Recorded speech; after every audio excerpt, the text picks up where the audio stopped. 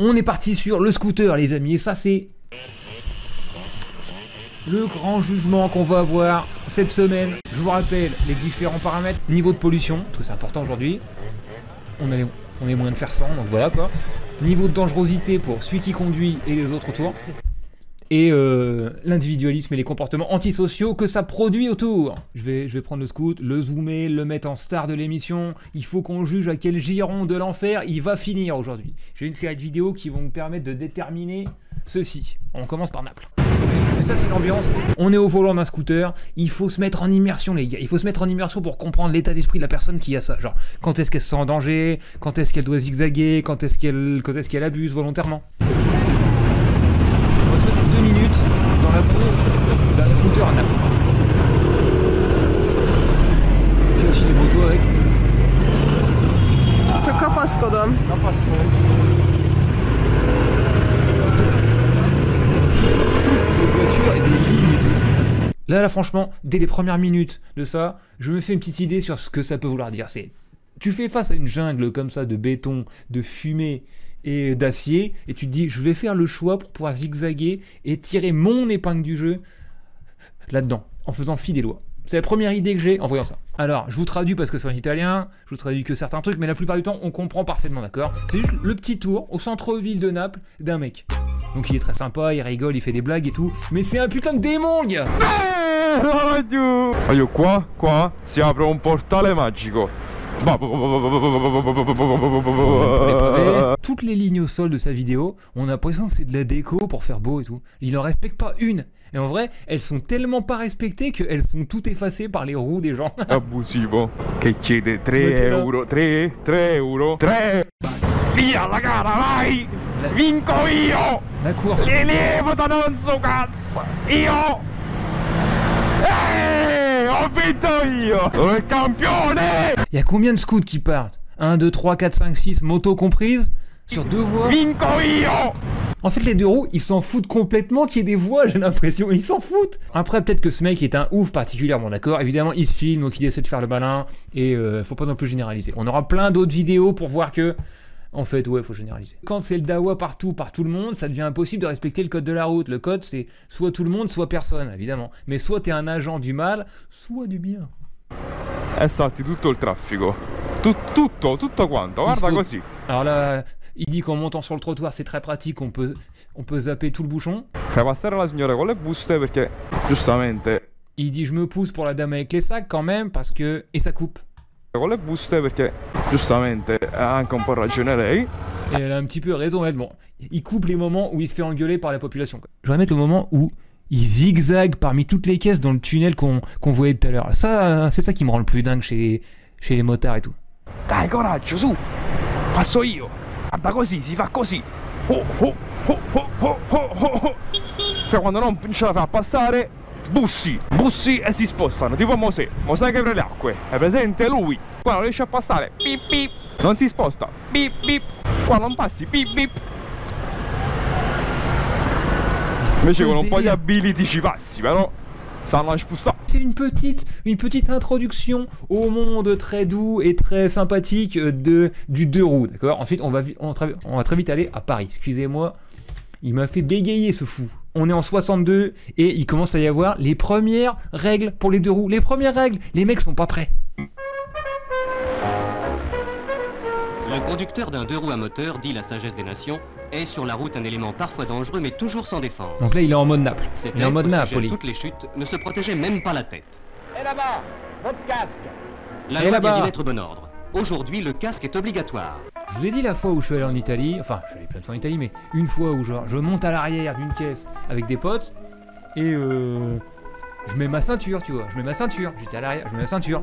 Les mecs ils démarrent, il arrête la caisse, tout le monde s'arrête, il me regarde, et qu'est-ce que tu fous derrière? Je fais comment ça et tout. Et en fait j'avais manqué de respect au conducteur en mettant ma ceinture. Il a tout de suite pris mal en disant tu crois que je sais pas conduire? Pourquoi tu mets ta ceinture? Tu m'as pris pour qui et tout? Enlève ça tout de suite. Et les mecs ont pas démarré jusqu'à ce que j'enlève ma ceinture. Vous voyez un peu le genre. Donc maintenant je vous ai mis une petite image, livreur à Paris, complètement inconscient. Voilà. Et là on commence à arriver dans la France d'Emmanuel Macron. D'accord? Ça date d'il y a 3 ans. En plein cœur de Paris, nous avons rencontré Jonathan, 21 ans. Il est livreur de pizza. Dans les rues de la capitale, il prend tous les risques pour livrer le plus vite possible sa marchandise. Trottoir, mais aussi sens interdit, sans oublier les priorités à droite ou les feux rouges non respectés. Rien ne semble l'arrêter. Et il n'a pas l'air conscient des risques qu'il prend et de ceux qu'il fait courir aux autres. J'ai grillé une dizaine de feux. Sens interdit, 2-3, ça va, pas trop. Vous risquez un peu votre vie, hein? Oui, bah toujours. Hein. De toute façon, sur un deux roues, on risque toujours sa vie. Hein. Donc ça changera pas d'ici demain. Quoi. Sur son scooter, ce livreur fait n'importe quoi. Il est payé en partie grâce à un bonus au résultat. Et plus de 20% de son salaire proviennent des pourboires. Hein? Attends. Un bonus au résultat. Ah ouais. Et plus de 20% de son salaire proviennent des pourboires. Ah ouais, mais d'accord, ça c'est une motivation à se tuer. J'ai un pote qui faisait des livraisons de pizza, et il m'a dit que celui qui faisait le moins de temps moyen sur les livraisons avait une prime. L'enseigne Domino's faisait tout pour qu'il fasse au plus vite sans forcément respecter les règles, bien sûr. J'ai été livreur moi aussi, pour payer mon loyer pendant mes études, le mec doit se justifier d'être livreur. Pour pas qu'on le mette dans la catégorie de démon certifié. C'est triste à dire, mais si tu fais pas des entorses régulièrement au code, tu perds ton taf, à ce point-là.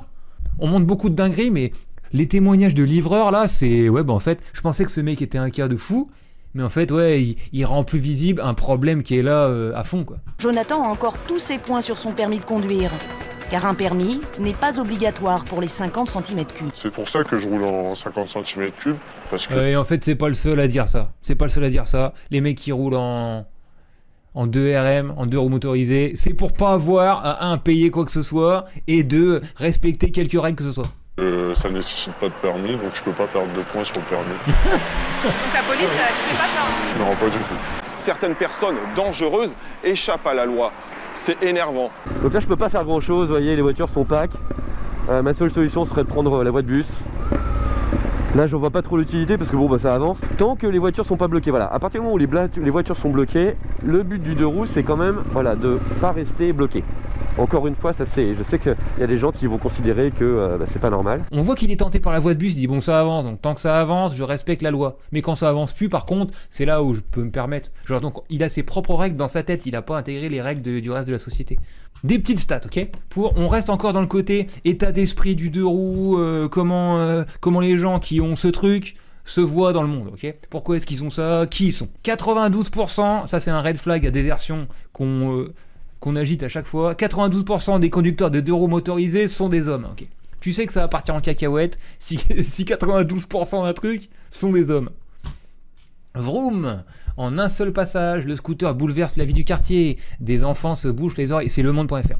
Les personnes conversant sont contraintes à hausser la voix. Des fenêtres se ferment et aux terrasses des bistrots, les regards se figent un instant. Et une odeur indéfinissable de pétrole brûlé envahit l'atmosphère. Mais qui sont les conducteurs de deux roues motorisés? À force de parler de ces véhicules de manière anonyme, on oublie qu'ils ont été achetés, assurés, véhiculés par des êtres humains. Ou des démons, ou différents déchets. Bon mais ça peu importe, on verra à la fin.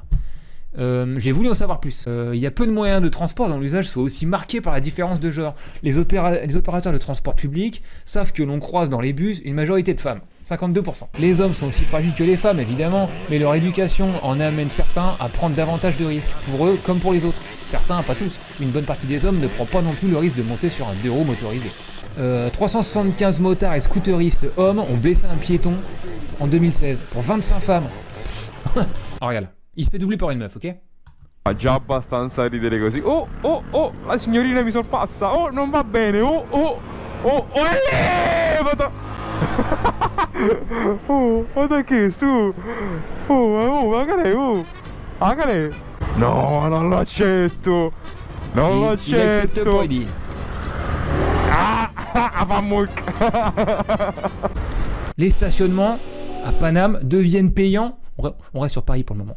Deviennent payants pour les deux roues. Alors là, scandale chez tous les beaufs de France. À compter de septembre de l'année dernière, motos et scooters devront payer leur stationnement, à l'exception des modèles électriques, qui bénéficieront toujours de la gratuité. Et il y aura aussi des passes pour les résidents.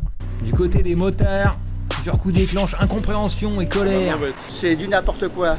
Bon, bah, on peut Hey, rouler plus Jean-Claude, facilement faut leur en deux dire. roues qu'en voiture.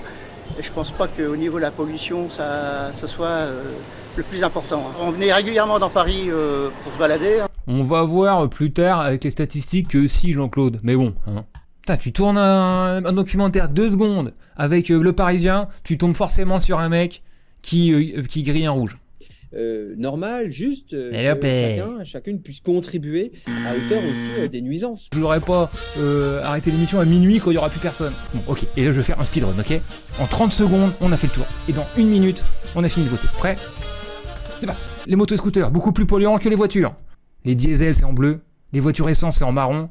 Et les scooters, les véhicules de catégorie L en tout cas, cyclomoteur, moto, 3 roues, autres véhicules de catégorie, c'est énorme, ok? Oxyde d'azote, c'est la folie. Particules, c'est la folie. Ok, vous avez les chiffres, on passe au truc suivant. Je vous avais dit qu'il y avait 3 critères, au moins qu'on fasse le tour des 3 critères. Le bilan définitif d'accidentalité routière en 2022. Je le ressors à chaque fois. Les usagers des 2 roues motorisés, donc ça comprend aussi les motos, faites gaffe.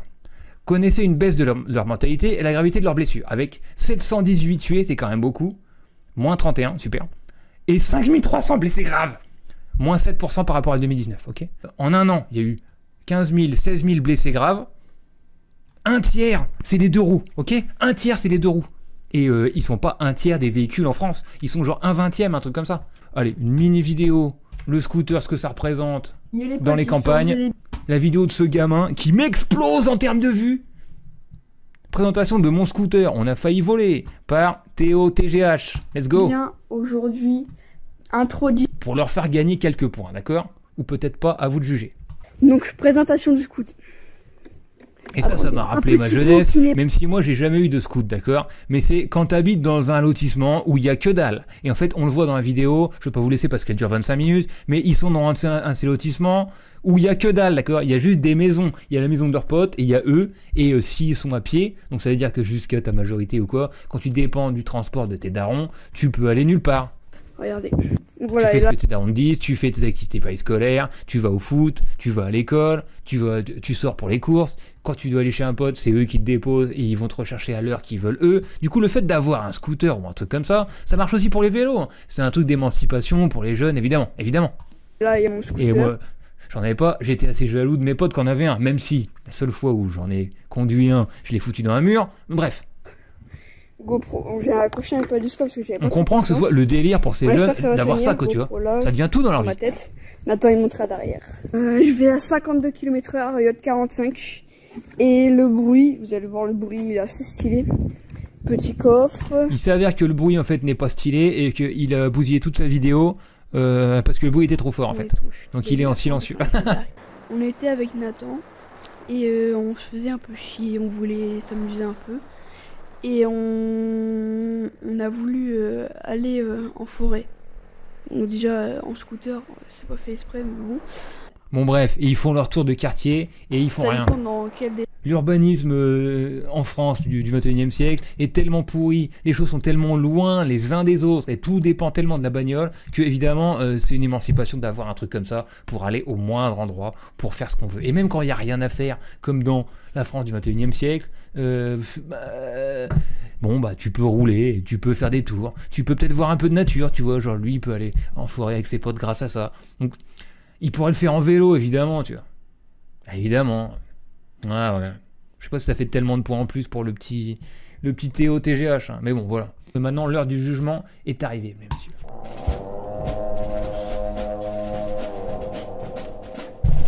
Sondage. Disons que les points positifs, ça prend moins de place sur la route et développe l'électrique sur Paris. On va avoir le débat sur le nucléaire plus tard, hein, parce que l'électrique c'est pas non plus, c'est pas le jour où on aura un Fukushima à Nogent-sur-Oise, on en voudra peut-être au jeune Théo ou au vieux Jean-Claude. En plus un scoot ça meurt vite, le moteur tourne à fond tout le temps, au bout de 40 000 km/h, le machin est rincé. Vous avez l'air sûr de vous. Le résultat est définitif, c'est pas ce que j'aurais voté moi. Mais c'est un démon certifié, désolé Théo. Tes camarades t'ont jeté avec l'eau du bain. Tu vas devenir un démon. C'est juste un jeune diablotin. En puissance. Repens-toi Théo. Repens-toi.